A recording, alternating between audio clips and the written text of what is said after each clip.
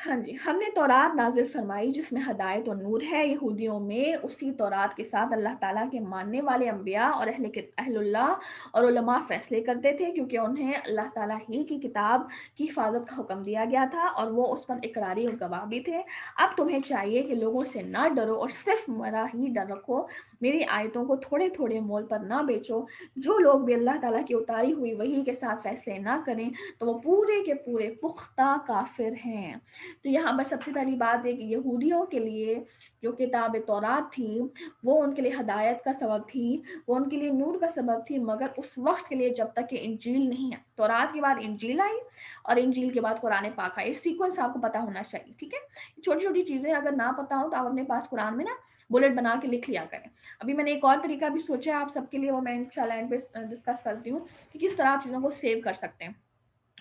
تو اب کیا ہوا کہ سب سے پہلے تورات آئی، اس کے بعد انجیل آئی اور اس کے بعد قرآن پاک آئے۔ اب تورات اس وقت کے لیے ہدایت اور نور کا سبب تھی جب تک کہ انجیل نہیں آئی، اور تورات کے لیے حکم یہی تھا کہ جن کے اوپر وہ نازل ہوئی ہے انہوں نے اس کی حفاظت کا حق ادا کرنا۔ اور کتاب کی حفاظت اس وقت ممکن ہوتی ہے کہ جب اس کے معنی کو بھی محفوظ کیا جائے، اس کو لفظی طور پر بھی محفوظ کیا جائے، اور پھر عملی لحاظ سے اس کو پروف کیا جائے اور پھر اس کو آگے پہنچایا جائے۔ جس طرح سے قرآن کے حقوق بتائے گئے اسی طرح سے ہر کتاب کے حقوق بتائے گئے تھے جن کے اوپر وہ کتاب نازل ہوئی تھی۔ اور پھر کیا ہوا کہ ان کو اللہ تعالیٰ نے حکم دیا کہ تم صرف اور صرف مجھ سے ڈرو اور کسی سے نہ ڈرو، اور میری آیتوں کو تھوڑے تھوڑے مول پر نہ بیچو۔ یہ ہم سب کے لیے حکم ہے۔ ہم پر اگر ان کے اوپر تورات نازل ہوئی اور تورات ان کے لیے نور کا سبب تھی اور ہدایت کا سبب تھی، تو آج ہمارے لیے قرآن ہے اور قیامت تک آنے والے لوگوں کے لیے قرآن ہے۔ اور قیامت تک چاہے اب کوئی بھی شخص، وہ کسی کرسچن فیملی میں پیدا ہو رہا ہے، کسی جوئش فیملی میں پیدا ہو رہا ہے، کسی بدھسٹ فیملی میں پیدا ہو رہا ہے، کسی ہندو فیملی میں پیدا ہو رہا ہے، کسی بھی ریلیجن سے تعلق رکھنے والی فیملی میں پیدا ہو رہا ہے، یا کسی مسلمان فیملی میں پیدا ہو رہا ہے، اس انسان کے لیے لازم ہے کہ وہ قرآن کو پکڑے۔ قرآن ہی اس کے لیے ہدایت کا سبب ہے، قرآن ہی اس کے لیے نور کا سبب ہے، اور پھر قرآن کی حفاظت کا ذمہ پکڑ لے کہ قرآن کو پڑھنا، اس کو سمجھنا اس کے حق کے مطابق، اس کو آگے پہنچانا اس کے حق کے مطابق، اور اس کو عمل کر کے دکھانا اس کے حق کے مطابق۔ یہ ہے قرآن کی حفاظت۔ اور پھر اللہ تعالیٰ ایک اور حکم کیا دے رہے ہیں کہ صرف اور صرف مجھ سے ڈرو اور میرا ہی ڈر اپنے دل میں رکھو، لوگوں کا ڈر اپنے دل سے نکال دو، اور میری آیتوں کو تھوڑے تھوڑے مول پر نہ بیچو۔ اب اس میں کیا کیا چیز شامل ہے کہ دنیاوی فائدے کے لیے دین کو یا کتاب کو سیکھنا، کسی جاب کے لیے دین کو یا کتاب کو سیکھنا، کسی بھی مال کے لیے مال کی حوث رکھتے ہوئے کتاب کو سیکھنا یا سکھانا، دین کو سیکھنا یا سکھانا۔ دوسری یہ چیز کہ سزاؤں کو بدل دینا، جیسے انہوں نے کیا، سزاؤں کو بدل دیا، تو آج ہمارے ہاں بھی کتنے ہی لوگ ہیں کہ جب ان کے اوپر وہ واقعہ آ جاتا ہے اور پھر وہ یا تو بھاگ جاتے ہیں یا وہ سزاؤں کو بدلنے لگتے ہیں، یا پھر وہ ایسے لوگوں کو ہائر کر لیتے ہیں جن کو پیسہ کا انبار دے دیتے ہیں اور وہ لوگ بک جاتے ہیں، اور وہ ہیں عالم۔ تو عالم بھی مال کو دے کر بک جاتے ہیں۔ تو وہ لوگ ہیں کہ جنہوں نے آیتوں کو بیچ دیا تھوڑے سے فائدے کے لیے۔ اور تیسری یہ چیز اس کے اندر آتی ہے آیتوں کو تھوڑے تھوڑے مول پر نہ بیچنا، کہ انسان کے اندر یہ خواہش ہو، انسان کے اندر یہ لسٹ ہو، انسان کے اندر یہ ڈیسپریٹ ہو انسان اس بارے میں کہ لوگ میرے بن جائیں، میرا احترام ہو، میری عزت ہو، عزت کی ڈیمانڈ کرے، مال کی ڈیمانڈ کرے۔ یعنی آپ دیکھ لیں کہ انسان کو اس چیز کی پرواہ نہ ہو کہ لوگ بدل رہے ہیں، آؤٹ پٹ آ رہا ہے، اصلاح کا وہ کتنا کردار ادا کر رہا ہے، کس طرح اسے لوگوں کو بدلنا ہے۔ اس کا پورا ٹائم فوکس یہی ہے کہ لوگ میرا احترام کریں، میری عزت کریں، مجھے اونچی نشست پر بٹھائیں، میری واہ واہ ہو، میرا نام لیا جائے، مجھے اپروو کیا جائے، مجھے موٹیویٹ کیا جائے، میری تعریف ہو، سب یہ کہیں کہ بھائی یہ میں اس کی وجہ سے بدلا۔ یہ خواہش بھی ہوتی ہے نا، انسان جو ہے، بہت سارے لوگ ہوتے ہیں کہ جب ہم کہتے ہیں نا قرآن نے مجھے بدلا، اور پھر جو قرآن پڑھانے والا ہوتا ہے اس کے اندر ایک عجیب سی اذیت کا ایک فیلنگ آئے کہ بھائی قرآن نے اس کو بدلا اور میں جو اتنا پڑھا رہا ہوں یہ میرا نام ہی نہیں لے رہا۔ ابھی جو اذیت پیدا ہو رہی ہے گویا کہ اس نے اپنی تمام کی تمام ایفرٹس کو جلا دیا۔ تو ہمیشہ یہ چیز ذہن میں رکھیں کہ قرآن ہی بدلتا ہے، قرآن ہی دلوں کو بدلتا ہے۔ جو قرآن پڑھانے والا ہے وہ صرف ایک کوشش کر سکتا ہے، اس کے پاس اختیار نہیں کہ وہ اپنے اندر یہ خواہش رکھے کہ وہ اس کی تعریف کی جائے۔ تو لہٰذا جو تعریف کی خواہش ہے، لسٹ فار فیم اس کو ہم کہتے ہیں، اس کے بارے میں آپ صلی اللہ علیہ وسلم نے فرمایا کہ گویا کہ ایسا ہے کہ یہ اس کی نبی صلی اللہ علیہ وسلم نے بڑی پیاری پکچرائزیشن کی ہے۔ وہ پکچرائزیشن میں آپ کے سامنے ڈسپلے کر رہی ہوں کہ نبی صلی اللہ علیہ وسلم نے ہمیں اس طرح سے سمجھایا کہ جیسے بھیڑوں کا انبار ہو، بھیڑیں جو شیپس ہوتی ہیں ان کا انبار ہو، ان کو ختم کرنے کے لیے، ان کو کھانے کے لیے صرف 2 بھیڑیے کافی ہیں۔ اسی طرح ایمان کا انبار ہو. اس ایمان کے انبار کو ختم کرنے کے لیے صرف 2 چیزیں ہی کافی ہیں، ایک مال کی ہوس،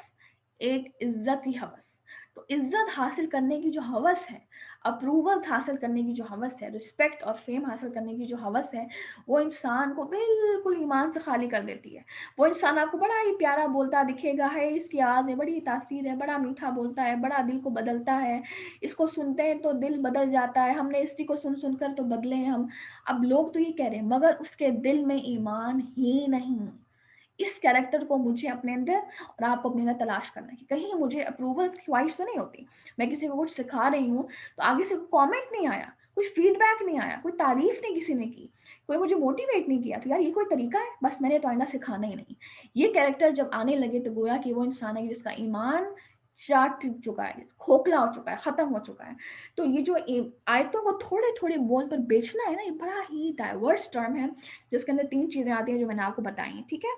کچھ چیزیں ایسی ہیں جو میں تفسیر کے اندر نہیں جان بوجھ کے بیچتی، وہ اس لیے کہ تاکہ جو لیکچر سننے والے ہیں ان کو بھی فائدہ ہو، اور لیکچر سننے والے اور لیکچر نہ سننے والے جو اس انتظار میں تفسیر آئے گی اور ہم اس سے دیکھ دیکھ کر لکھ لیں گے تو اس کے اندر فرق آ جائے. جو انہوں نے لیکچر سنا ہوگا وہ آٹومیٹکلی ان چیزوں کو اپنے پاس نوٹ ڈاؤن کر لیں گے، یار یہ چیز ہم پڑھ چکے ہیں یہاں پہ تو ہم اس میں ایڈ ان کر لیں. تو لہٰذا اس لیے جب لیکچر آپ سن رہے ہیں تو میک شیور کریں کہ چھوٹے چھوٹے پوائنٹس اپنے پاس لکھا کریں. ٹھیک ہے، پھر بعد میں مجھے شکایت نہیں کرنی ہے آپ نے. اس کے بعد کیا ہے، اور جو لوگ اللہ تعالیٰ کی اتاری ہوئی وحی کے ساتھ فیصلے نہ کریں وہ پورے کافر، یعنی وہ لوگ کہ جو اللہ تعالیٰ کی کتاب جو اللہ تعالیٰ نے نازل کر دی اس وقت کے لوگوں کے لیے تورات تھی اس کے مطابق فیصلہ نہیں کر رہے، تو یہ وہ لوگ ہیں کہ جو پکے کافر ہیں. اس کے بعد کیا جاتا ہے، اور ہم نے یہودیوں کے ذمہ تورات میں یہ بات مقرر کر دی تھی کہ جان کے بدلے جان، اور آنکھ کے بدلے آنکھ، اور ناک کے بدلے ناک، اور کان کے بدلے کان، اور دانت کے بدلے دانت، اور خاص زخموں کا بھی بدلہ ہے. پھر جو شخص اس کو معاف کر دے تو وہ اس کے لیے کفارہ ہے، اور وہ لوگ جو اللہ تعالیٰ کے نازل کیے ہوئے کے مطابق حکم نہ کریں تو وہی ظالم ہیں. یہاں پہ قصاص کا حکم آ رہا ہے. اور ہم نے ان کے پیچھے عیسیٰ علیہ السلام کو بھیجا جو اپنے سے پہلے کی کتاب یعنی تورات کی تصدیق کرنے والے تھے، اور ہم نے انہیں انجیل عطا فرمائی. اب میں نے آپ کو کیا بتایا، یہ سیکوینس ہے نا جو قرآن نے فالو کیا ہے. پہلے تورات نازل ہوئی، تورات موسیٰ علیہ السلام پر نازل ہوئی، تورات تصدیق کر رہی تھی پچھلی تمام شریعتوں کی. تورات اس وقت کے لوگوں کے لیے بہت بڑا سورس آف انلائٹمنٹ تھی. تورات کے بعد نازل ہوئی کیا سے کہتے ہیں انجیل. اب انجیل کے نازل ہوتے ہی تورات کیا ہو گئی، منسوخ ہو گئی، تورات کینسل ہو گئی. اب تورات کے اوپر عمل نہیں ہوگا، اب انجیل کے اوپر عمل ہوگا. اب انجیل سورس آف نور ہے، انجیل سورس آف ہدایہ ہے، اور انجیل ہی پر عمل ہوگا. تورات کے احکامات اور تورات اٹسیلف منسوخ ہو گئی، تو لہٰذا ہم نے ان کو انجیل عطا فرمائی جس میں نور اور ہدایت تھی جو میں نے آپ کو بتایا. اور اپنے سے پہلے کی کتاب تورات کی تصدیق کرتی تھی، اور وہ سراسر ہدایت اور نصیحت پارسا لوگوں کے لیے تھی. تو کتاب نور کس لوگوں کے لیے ہے، ہدایت کن لوگوں کے لیے جو ہدایت کی طلب رکھتے ہیں، ہدایت کی چاہ رکھتے ہیں. آپ یقین کریں کہ میں حیران تھی، کل مجھے کس نے بتایا، ہاں بلکہ فاطمہ نے مجھے بتایا کہ اس کی کلاس میں کسی لڑکی نے ان کو بتایا کہ ہم 3 گھنٹے کی آن لائن کلاس لیتے ہیں. تو میں حیران پریشان کہ یا اللہ، ایک لائیو سیشن لینا ایک اور چیز ہے، وہ آپ 3 گھنٹے میں بیٹھیں گے تو آپ کو پتہ نہیں چلتا، لیکن آن لائن اگر آپ 1 گھنٹہ بھی کلاس لیتے ہیں نا، اب ہماری 1.5 گھنٹہ ہوتی ہے تو میری زبان لٹرلی تھک جاتی ہے 1.5 گھنٹہ بول بول کے بھی، اور آپ بھی یقیناً تھک جاتے ہوں گے. تو 3 گھنٹہ بیٹھ کر کلاس لینا، اور پھر وہ فاطمہ وہ کہتی ہے کہ ہم نے باقاعدہ سلیبس ڈیزائن کیا ہوا ہے، ہم بڑے شوق سے لے رہے ہیں تو ہمیں تو پتہ بھی نہیں چلتا. تو گویا کہ جب تڑپ کے ساتھ انسان بیٹھا ہوا ہے، ایک چاہ ہے کہ ہر چیز کو مجھے اپنے لیے لینا ہے، اور ایک کیوریوسٹی ہے کہ آگے آنے والا کیا ہے، آگے حکم جو آ رہا ہے اس میں کیا آ رہا ہے، تو پھر انسان کو وقت کا اندازہ نہیں ہوتا. جب انسان اس چاہ میں بیٹھ جانا کہ یہ کب ختم ہوگا، اب گھنٹہ ہو گیا ابھی تک ختم نہیں کر دی، اتنی آیتیں ہوگی ختم نہیں ہو رہا، یہ نہیں ہو رہا، تو پھر کیا ہوتا ہے کہ انسان کے دل سے آہستہ آہستہ چاہ ختم ہونے لگتی ہے. اور اس چیز کو آپ یقین کریں وداؤٹ اینی ایگزیجریشن یہ چیز آتی ہے کہ جب آپ نے اس چیز کو اپنے دل کے اندر، اس بیج کو دل میں آپ لانے لگے نا، اتنا ٹائم ہو گیا ابھی تک قرآن چل رہا ہے، قرآن کلاس ختم نہیں ہو رہی. یقین کریں وہ تمام آپ اس فیلنگ کے بعد آپ نے جتنی بھی آیتیں پڑھی وہ آیتیں آپ کے لیے بیکار ہیں. لٹرلی آئی ڈونٹ نو یہ اس چیز کو کتنے لوگ ڈینائی کرتے ہیں، کتنے لوگ اس چیز کو سے متفق ہے یا نہیں، لیکن یہ چیز 100% یہ فیکٹ ہے کہ اس کے بعد آپ نے جو کچھ پڑھا وہ آپ کے کانوں سے نکل جائے گا، وہ چیز آپ کے عمل میں نہیں آئے گی۔ تو یہ جو ہدایت کی تڑپ ہے وہی نور کا سبب بنتی ہے، وہی ہدایت کا سبب بنتی ہے۔ تو لہٰذا اس تڑپ کو پیدا کرنا ہے، تڑپ ہوگی تو یہ کتاب نور بنے گی، ورنہ یہ کتاب صرف اور صرف رٹا ہے اور کچھ بھی نہیں۔ جس طرح ان کے علماء تباہ و برباد ہوئے، اسی طرح آج بھی ہو سکتا ہے یہ، اگر انسان کے دل میں تڑپ نہیں ہے، طلب نہیں ہے، کوشش نہیں ہے، وہ جذبہ نہیں ہے، وہ کیوریوسٹی نہیں ہے، اور اگر کوئی چیز کوئی کلاس مس ہو جاتی ہے تو پھر وہ ایک ٹینشن، وہ ایک اذیت کہ یار مجھ سے مس ہو گیا، اب میں اس کو کس طرح سے ریکنپنسیٹ کروں، اچھا میں کچھ ریکارڈنگ مانگ لوں یا کچھ لے لوں یا کوئی طریقہ نکالوں کہ یار میرے سے جو مس ہوا ہے وہ میں کسی نہ کسی طرح ریکور ہو جائے۔ یہ جو ایک تڑپ ہے، جو ایک اذیت ہے، یہ انسان کو ایمان پر جما دیتی ہے، اور ایسا انسان جم جاتا ہے کہ پھر انسان کو چیز ہلا نہیں سکتی۔ جب انسان کتاب کے ساتھ کھیل رہا ہے نا، اور اس انسان میں کوئی اصول نہیں ہے کہ جب ٹھیک ہے، جب ٹائم ہے، دل کر رہا ہے، ہاں بھی فریش بھی ہوں تو ٹھیک ہے جوائن کر لی، نہیں دل کر رہا تو نہ جوائن کی، کوئی وہ چیز آپ کہہ لیں کہ وہ تڑپ نہیں ہے، تو پھر اللہ تعالیٰ دل کے اندر سے کتابوں کو لے لیتا ہے، اور یہ قیامت کی نشانی ہے کہ کتاب کے حروف مٹا دیے جائیں گے۔ اب یہ ایسا نہیں کہ کتاب آپ کے سامنے، آپ ایک دن اٹھیں گے اور قرآن کھلے گا اور قرآن کے پیجز بالکل پلین ہوں گے اور کتاب کے اوپر صفحوں کے اوپر ورڈز نہیں ہوں گے، بلکہ کتاب تو ہوگی مگر دل کے اندر سے ان حروف کی جو لذت ہے وہ چھین لی جائے گی۔ اور یہ آج اتنے لوگوں میں کامن ہو رہا ہے، اتنے لوگوں میں کامن ہو رہا ہے کہ میں اپنے اندر آبزرو کر رہی تھی کہ بعض اوقات انسان اتنا زیادہ ویک ہو جاتا ہے کہ انسان قرآن نہیں کھول پا رہا ہوتا۔ تو اس چیز کے اوپر ٹینشن لینا اور پھر اپنے آپ کو گھسیٹ کے قرآن کی طرف لے کر جانا اور اپنے آپ کو جمانا، یہ اپنی ایک عادت بنانی ہے اور اپنی ٹریننگ کرنی ہے۔ تو یہاں پر اللہ تعالیٰ نے ایک کنڈیشن لگا دی ہے، کس کے لیے ہدایت و نور ہے؟ صرف پارسا لوگوں کے لیے، صرف طلب رکھنے والوں کے لیے، صرف طلب رکھنے والوں کے لیے، صرف جستجو رکھنے والوں کے لیے۔ اور انجیل والوں کو بھی چاہیے کہ اللہ تعالیٰ نے جو کچھ انہیں انجیل میں نازل فرمایا، پہلے تورات کی بات ہوئی، اب انجیل کی بات ہو رہی ہے کہ جن کے اوپر انجیل نازل ہوئی ان کو بھی چاہیے کہ اللہ تعالیٰ نے جو کچھ انجیل میں نازل فرمایا ہے اس کے مطابق حکم کریں، اور جو اللہ تعالیٰ کے نازل کردہ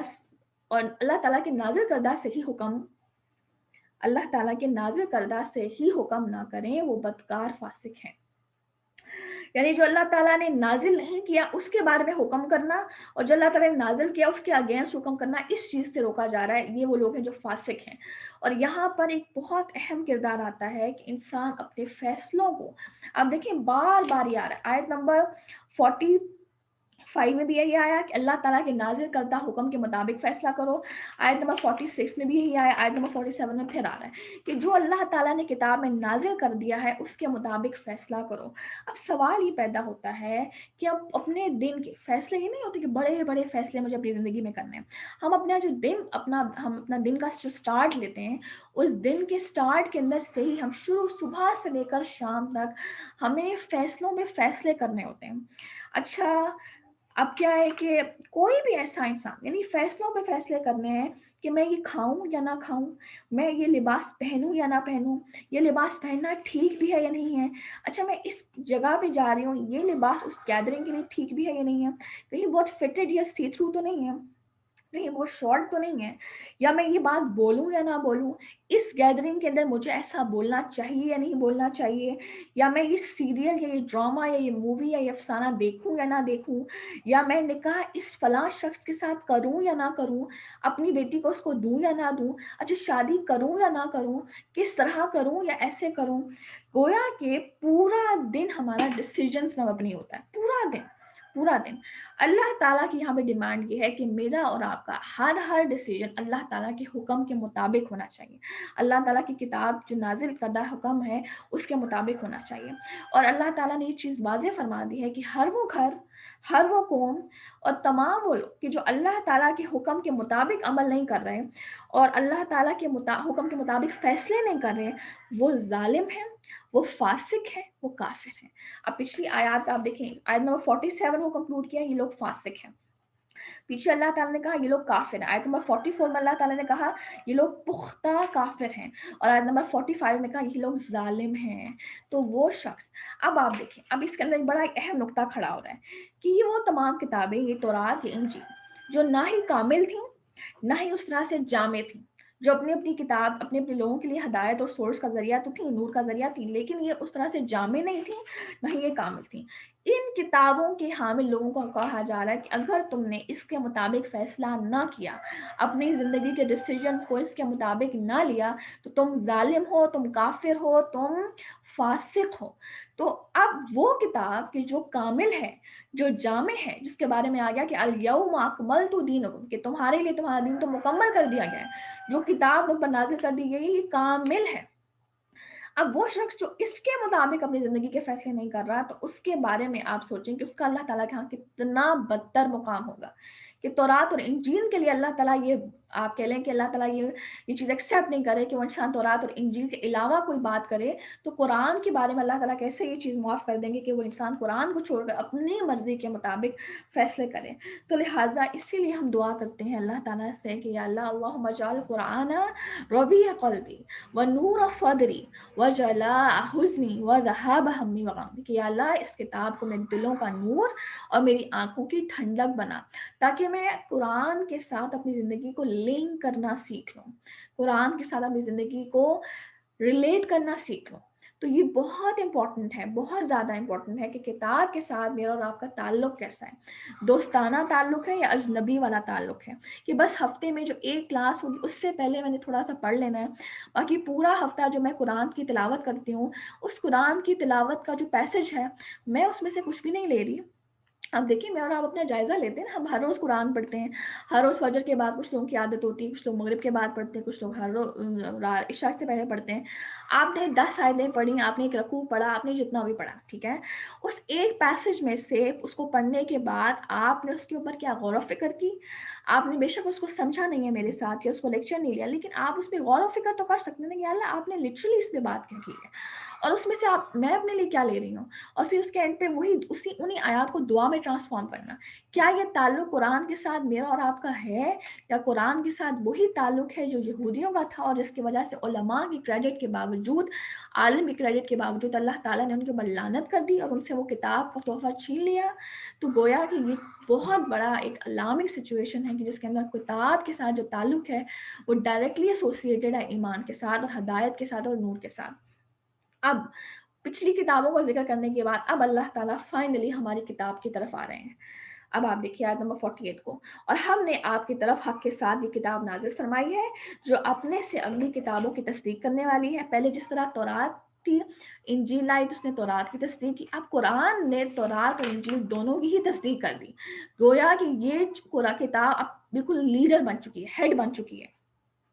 اور ان کی محافظ بھی ہے۔ اب یہ کتاب کس طرح سے محافظ ہے؟ کتاب اس طرح سے محافظ ہے کہ آپ دیکھیں کہ جب آپ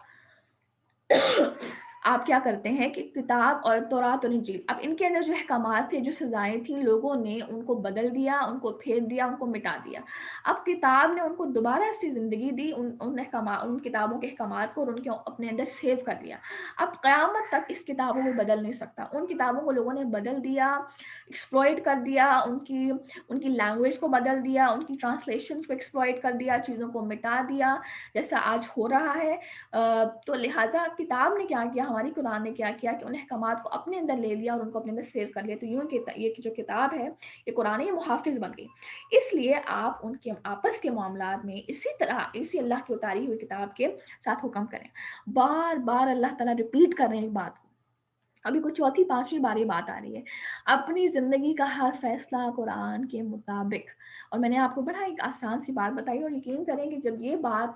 میں نے سیکھی تو میں سوچ رہی تھی کہ واقعی ہم اپنی پوری زندگی کے کسی فیصلے کو قرآن کے مطابق نہیں کرتے، ہم تو اپنے لاجکس اور اپنے فیکٹس اور اپنی عقل اور اپنے منطق کو سامنے رکھ کے فیصلے کرتے ہیں۔ میں جو کھانے جا رہی ہوں، میں جو پہننے جا رہی ہوں، میں جو دیکھنے جا رہی ہوں، میں جو بولنے جا رہی ہوں، میں جس طرف جا رہی ہوں، میں جس گیدرنگ میں جا رہی ہوں، جس مجلس میں جا رہی ہوں، جس سے نکاح کرنے جا رہی ہوں، کیا کرنا چاہیے بھی یا نہیں، کتاب کیا کہتی ہے، اللہ کیا کہتا ہے، حکم کیا ہے، کیا یہ کبھی سوچا؟ نہیں، گویا کی کتاب سے بہت دوری ہے۔ تو یہ بات ہمیں بتائی جا رہی ہے، اس حق سے ہٹ کر اس کی خواہشوں کے پیچھے، ان کی خواہشوں کے پیچھے نہ جائیے، یعنی کتاب کو چھوڑ کر لوگوں کی خواہشات کے پیچھے ہرگز نہیں جانا۔ اللہ تعالیٰ یہ مجھے اور آپ کو حکم دے رہے ہیں۔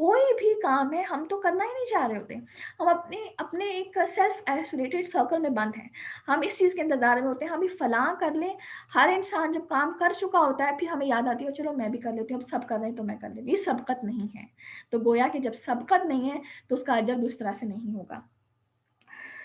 تو لہٰذا تم سب نیکیوں کی طرف نظردی کرو، تم سب کا رجوع اللہ ہی کی طرف ہے، ہر انسان نے اللہ تعالیٰ ہی کی طرف لوٹنا ہے۔ اس میں اختیار نہیں ہے کسی انسان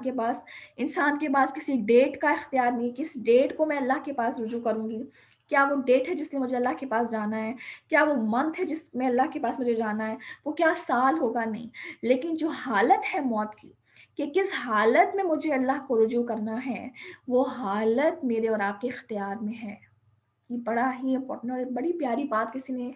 یقین کریں کچھ چیزوں کو نا پڑھ کے ہی فوراً انسان کھڑا ہو جاتا ہے۔ میں نے کہیں پہ یہ چیز پڑھی تھی کہ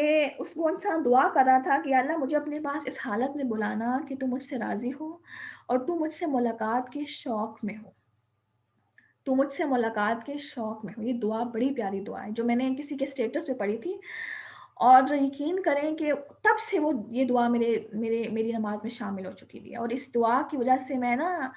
مجھے الرٹ ہونا آ گیا ہے۔ تو اب اس میں کیا ہے کہ ملاقات کا شوق تو ہر انسان سوال کرے، میں اور آپ ایک دوسرے سے نہیں، سوری، اپنے آپ سے، کہ کیا میری موت اس حالت میں آئے گی یا اس وقت میں اس حالت میں ہوں کہ اللہ تعالیٰ مجھ سے ملاقات کے شوق میں ہے۔